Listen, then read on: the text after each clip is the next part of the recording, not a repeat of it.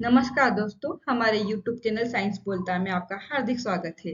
MPPSC ने कल 16 मार्च 2026 को एक एडवर्टाइजमेंट जारी किया है। इस पोस्ट का नाम है साइंटिफिक ऑफिसर केमिस्ट्री।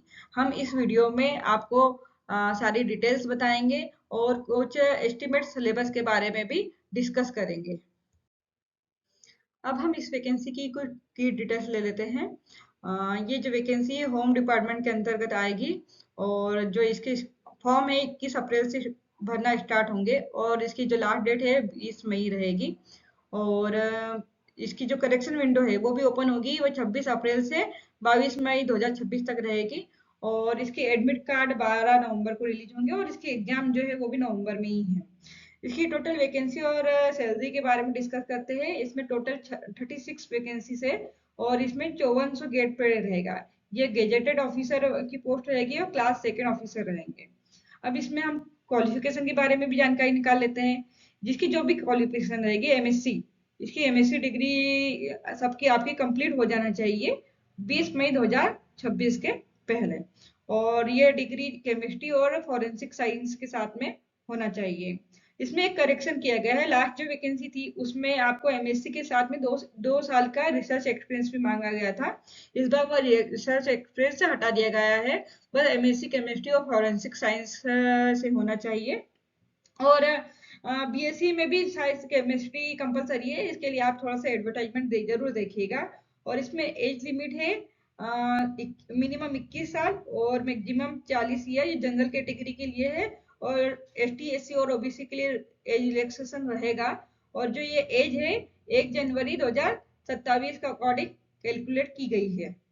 मतलब 1 जनवरी 2027 तक यदि आपकी मैक्सिमम एज लिमिट चाहिए तो 1 जनवरी 2027 तक आपकी 40 ईयर की एज कंप्लीट हो जाना चाहिए।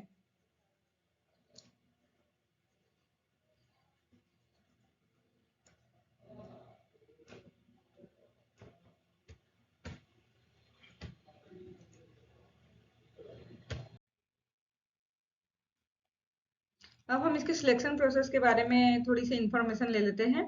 इसकी जो एग्जाम है ऑफलाइन होगी और ओएमआर बेस्ड होगी, वही गोले लगाने वाली। और सेकेंड स्टेज होगा इंटरव्यू। यदि आप ऑफलाइन एग्जाम क्लियर करेंगे तो आपको इंटरव्यू देने को मिलेगा और ये 100 मार्क का होगा। और इन दोनों के टोटल जो भी होगा उसके हिसाब से ही आपकी ज्वाइनिंग होगी। और हाँ, इस एग्जाम में नेगेटिव मार्किंग है। आजकल एमपीपीएससी ने सभी एग्जाम्स में, अपनी सारी एग्जाम्स में नेगेटिव मार्किंग डाल दी है। अब इस फॉर्म को अप्लाई कहाँ करें? ये एमपीपीएससी के ऑफिशियल वेबसाइट पे आपको इसका एडवर्टाइजमेंट मिल जाएगा और जब भी जो डेट है उसके अकॉर्डिंग वो एग्जाम फॉर्म ओपन ओपन होंगे और उसमें आप अप्लाई कर सकते हैं। इसकी जो फीस है, जो जो अनयूजुअली मतलब 250 रुपए है और एमपी रेसिडेंट मतलब एंड 5 अदर जो है उनको 500 रुपीज इसकी फीस रहेगी। आप आपकी कैटेगरी के हिसाब से आप देख लीजिएगा कि आप S T S C OBC में आते हो, वुमेन्स हो तो 250 रुपए आपकी फीस रहेगी और जनरल कैटेगरी और अदर स्टेट वालों के लिए 500 रुपए फीस रहेगी। और इसमें जो 36 पोस्ट है उसमें से जो ओबीसी की पोस्ट है, ये यहाँ पर ओबीसी की पोस्ट दे रखी है 9 वैकेंसीज। तो इसमें से भी जो 87 और 13 वाला फॉर्मूला यहाँ भी लगेगा। और ये कुछ दे रखी है कि कौन कौन सी कैटेगरी के लिए कितनी कितनी पोस्ट है और कितनी वुमेन्स के लिए कितनी रिजर्व है, आप उसे थोड़ा सा देख लीजिएगा। और 87 और 13 वाला फॉर्मूला भी आप देख लेना। और इस फॉर्म को अप्लाई करने के लिए हमको एमपीपीएससी की वेबसाइट पे ही जाना होगा। ये हमने प्रीवियस स्लाइड में डिस्कस कर लिया कि 87 और 13 वाला प्रोविजनल पार्ट यहाँ पर लगेगा। और इसमें हॉरिजॉन्टल रिजर्वेशन है, means S T S C और ओबीसी के लिए यहाँ पर जैसे गवर्नमेंट के अकॉर्डिंग जो रिजर्वेशन है उस हिसाब से रिजर्वेशन रहेगा। और जनरल में भी जो रिजर्वेशन देते ईडब्ल्यू एस वो इसमें लगेगा। और जो रिजर्वेशन का लाभ है केवल एमपी के मूल निवासी जो रहेंगे वही ले पाएंगे। बाकी अदर स्टेट के लिए अदर स्टेट वाले अनरिजर्व कैटेगरी में अप्लाई कर सकते हैं।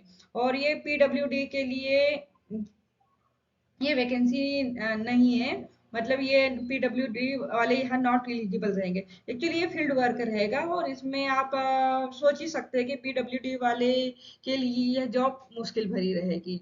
इसलिए आप पीडब्ल्यू वाले ना ही अप्लाई करें तो अच्छा रहेगा। और यदि आपको अप्लाई करना है और जनरल कैटेगरी के हिसाब से अप्लाई करना है तो आप कर सकते हैं, मतलब जो नॉर्मल व्यक्ति करते हैं उस हिसाब से आप अप्लाई कर सकते हैं, बट आपको रिजर्वेशन नहीं मिलेगा। सिलेबस पे जाने से पहले हम इसको फिर से दोहरा लेते हैं। ये साइंटिफिक ऑफिसर केमिस्ट्री की पोस्ट है जो होम डिपार्टमेंट के अंदर आएगी। होम डिपार्टमेंट मतलब पुलिस डिपार्टमेंट में ही रहेगी। डॉक्टर सोलुको के नाम सुना है ना, बस वैसी ही पोस्ट है। और इसका जो पे स्केल है 5400 ग्रेड पे रहेगा। और सिक्स पे स्केल इक्विवेलेंट गेजेटेड ऑफिसर की पोस्ट है, सेकंड क्लास ऑफिसर रहेंगे आप। एमएससी केमिस्ट्री या फॉरेंसिक साइंसेज चाहिए रहेगी। और सेकंड डिवीजन ही मांगा गया है इसमें। और एज लिमिट 21 से 40 साल रहेगी। और 5 साल का रिलैक्सेशन रहेगा S T S OBC general जो भी है उनके लिए। और एज लिमिट का जो है वो 1 जनवरी 2027 के अकॉर्डिंग जोड़ी जाएगी। अब हम इसके सिलेबस के बारे में देख लेते हैं। वैसे तो एमपीपीएससी ने अभी सिलेबस अपलोड नहीं किया है, लेकिन जो बहुत सालों पहले कुछ एग्जाम हुई थी उसके हिसाब से ये सिलेबस थोड़ा सा दिया गया था। इससे मिलता जुलता ही सिलेबस रहेगा। ये हमारी पुरानी एमपीपीएससी का सिलेबस है। और आरपीएससी, केरला पीएससी वगैरह में भी इसी टाइप का कुछ सिलेबस रहता है। तो जैसे उसके अकॉर्डिंग ये हमने थोड़ा एस्टिमेट सिलेबस बनाया है। सबसे पहले हम केमिस्ट्री और एनालिटिकल केमिस्ट्री के बारे में इसमें पढ़ेंगे। जैसे जनरल और ऑर्गेनिक केमिस्ट्री रहेगी, इसमें इनऑर्गेनिक केमिस्ट्री रहेगी, एनालिटिकल केमिस्ट्री रहेगी, इंस्ट्रूमेंटेशन मेथड केमिस्ट्री रहेगी। उसके बाद में इसमें forensic chemistry, of course forensic forensic से रिलेटेड सब्जेक्ट है तो इसमें फॉरेंसिक केमिस्ट्री तो होना ही चाहिए। केमिकल एविडेंस एनालिसिस रहेगा। मतलब dye, pigment, petroleum product, food, fire chemistry, इनके बारे में आपको थोड़ा सा पढ़ना रहेगा और वही सिलेबस में रहेगा। और fundamental chemistry and analytical methods में केमिकल एविडेंस इकट्ठे करना। और टॉक्सिकोलॉजी मतलब इसमें ड्रग्स रहेंगे, पॉइजन रहेंगे, एसिड बेस रहेंगे, एल्काइली, एल्काइलिन, अर्थ मेटल, ये इसमें इसका क्लासिफिकेशन, डेफिनेशन, ये चीज रहेगी। और एरसोन्स रहेंगे जो आरडीएक्स वगैरह इससे रिलेटेड चीजें रहेगी। और नार्कोटिक्स, साइकोट्रोपिक सब्सटेंस, और classification, extraction, analysis of drugs, ये भी फॉरेंसिक ड्रग केमिस्ट्री का पार्ट रहेंगे। और एक जो क्रिमिनोलॉजी है, वैसे इसमें एक चीज है कि इस पोस्ट के बाद में आपको क्राइम सीन फेस करना रहेगा, लैब में भी काम करना रहेगा और डॉक्यूमेंटेशन वाला काम भी रहेगा। ये सब आपको ही करना रहेगा, केमिस्ट्री और केमिकल से रिलेटेड। जैसे ब्लड सैंपल का डिटर्मिनेशन करना है, यदि किसी ने पॉइजन पिया है तो पॉइजन का डिटर्मिनेशन, कौन सा पॉइजन पिया है, कौन से सांप ने इसको काटा है, या फिर इसने खुद ने पॉइजन लिया है, या फिर कुछ फूड पॉइजनिंग हुई है। इसका इसके सैंपल आपको हॉस्पिटल या फिर जो भी रहेंगे उससे मिलेंगे और आपको उसके बारे में इस पोस्ट के जरिए मतलब इसमें काम रहेगा। और जो पुलिस और कोर्ट केस होते हैं उसमें एविडेंस के रूप में आपको डॉक्यूमेंटेशन सबमिट करना रहेंगे। इस टाइप का काम इस पोस्ट में है। जैसे इसमें बताया क्राइम सीन इन्वेस्टिगेशन रहेगा, मतलब आपको रियल रियल क्राइम सीन देखने को मिलेगा, जैसे डॉक्टर सॉलू को सीआईडी में जाते हैं सेम वैसा ही। और फॉरेंसिक इंस्ट्रूमेंट्स इन लैब में कुछ काम रहेंगे, जैसे एचपीएलसी, टीसीएल, यूवीवी, आईआर, एक्सआरएफ, एनएमआर, ये सब एमएससी के एमएससी के स्टूडेंट्स को आता है, इसीलिए इसकी रिक्वायरमेंट एमएससी रखी गई है। पहले ये केवल रिसर्च से रिलेटेड टॉपिक्स हुआ करते थे, अब इनको सिलेबस में बहुत सालों से ज्वाइन कर दिया है। शायद इसीलिए शायद से वो उन्होंने रिसर्च वाला पार्ट हटा दिया है। और कोर्ट और लीगल नॉलेज होना चाहिए इसमें। आप तो उससे रिलेटेड एक्ट वगैरह जो रहेंगे वो भी आपको एग्जाम में डेफिनेटली पूछे जाएंगे। फायर केमिस्ट्री, कौन सा प्रोडक्ट फ्लेमेबल है, कौन नहीं है, कौन को कितने टेम्परेचर में रखना है।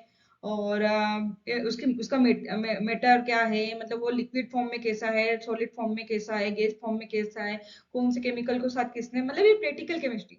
मतलब आप सोच लो कि प्रैक्टिकल जितने हैं हमारे बीएससी, एमएससी, 11th 12th, वो सारे प्रैक्टिकल इसमें कवर कर लेंगे ये लोग। हाँ, उसके साथ में हमको बायोकेमिस्ट्री और मॉलिक्यूलर एनालिसिस के बारे में भी पढ़ना रहेगा। और मतलब carbohydrate, protein, lipids, nuclear acid, ये इसलिए पढ़ना रहेगा जैसे किसी ने पॉइजन पिया है या फिर फूड पॉइजनिंग है, मतलब उसकी डेट पॉइजन पीने से हुई है या फूड पॉइजनिंग से हुई है, इसका एनालिसिस हम उसके सैंपल से ही लगाएंगे, तो उस बायोमोलिक्यूल उसमें बहुत हेल्पफुल रहेगा। टॉक्सोलॉजी भी इसीलिए है, डीएनए बेस्ड टेक्निक्स होती है। कुछ कुछ केस ऐसे होते हैं जिसमें डीएनए की, जैसे किसी का मर्डर हुआ है और उसमें हमको किसी का बाल या फिंगरप्रिंट्स मिल गए हैं, तो उसका एनालिसिस करने के लिए हमें उसकी नॉलेज होना चाहिए। नैनो टेक्नोलॉजीज आजकल बहुत फेमस है।